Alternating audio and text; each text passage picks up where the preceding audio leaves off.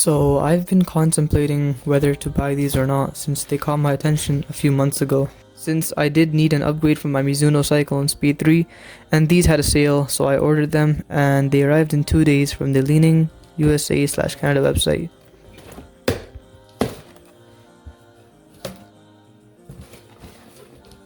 Taking a look inside the box is 3 pairs of socks as a free gift. Thanks. And of course, the shoes. There is a white and red pair, white and blue pair, and a white and black pair.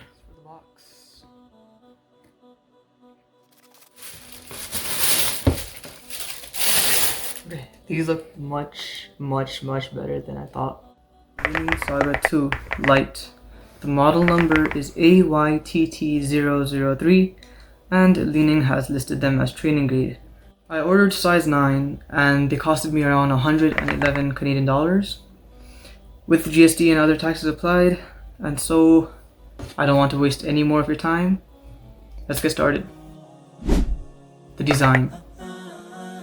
There are 3 colorways to the shoe. There is the white and yellow, there is the black and musty blue, but me personally, I really like this white, red and blue colorway as it just pops out and just looks amazing. But I do think that the yellow one is also very handsome. At the front, you can see the upper material has a breathable mesh with a textured pattern. The side that you usually slide with, there is extra padding to make sure it doesn't wear off fast. The grip at the front comes up about 3-4 inches of the shoe, and also it has these Chinese kanji patterns which can be seen throughout the shoe. Moving to the side, there's the classic Ning logo with a mix of blue and red. The grip also comes up a bit on the sides here, which is good for moving on court. On the back, the shoe has a simple, smooth design with this synthetic material. It also has these red kanji lettering with the shoe series. Looking at the inner side of the shoe, here the grip is also coming up to help with performance, and there is breathable leather with the Ning logo being a mesh material. As for the inside of the shoe, the cushioning looks very beefy. Here it is compared to my Mizuno's. Tongue of the shoe has some kanji lettering on it and it says the word Lite. And finally, let's take a look at the bottom. The sole has a white rubber grip with this hexagonal kind of pattern. It reminds me of the radial pattern that Yonex uses. It has a very colorful design with a great grip pattern. The mix of red, blue and black of the sole adds a clean vibe and it matches the overall theme of the shoe. They also use Pro Bar lock on the arch of the shoe to increase performance, which Ning uses in many of the Way of Wade shoe series. The midsoles are equipped with Ning Cloud and are made up of polymer materials. Midsoles with this technology can effectively store the impact force during the cushioning and convert it into energy during the rebound. I really like the shoe's design when compared to other shoes that have some pretty questionable colors and choices, but I think that pretty much sums everything up. And so now for the real question, how does it perform on the courts? Currently super late, I'm not managing my time well and I gotta rush to the court right now. The snow kind of cleared up a bit, so on my skateboard. It's very cold.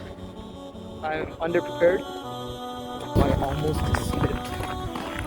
I saw my career end before my eyes. I slipped. Yeah, you see that? Ow. Ow. So as soon as I put the shoes on, I felt like very locked in. The size was perfect and there was no extra space left, so make sure that if you buy these, the fitting is perfectly true to size. After a while of playing with it, I noticed a bit of weight that was pressing on the area where the grip comes up on the inner side of the foot. But after a while, it kind of just dissipated. I think it's because I was using my custom soles, so I'll probably just replace the inner sole with my previous one. And while doing my movement on the court, it felt really smooth today. It was like the fear of rolling my ankle was completely gone. Usually my ankle would twitch once or twice during play, but this didn't happen at all. I also didn't feel any pain at all on the blister on my foot, which previously just kept building up again and again, and every time I would lunge, it felt much easier to just like skedaddle back. Along with that, the scissor step that I usually do when I'm under pressure My landing is a bit wrong, so there's a lot of pressure on it. But with this, I felt like it felt like I was on a cloud. There was like pretty much nothing. I think other than that, the soles, which I just felt were a tiny bit uncomfortable. With everything else was to my liking, and if you don't want to be like this guy, then I'd say invest a good 100 or two in a shoe that can last a while and keep you safe during play.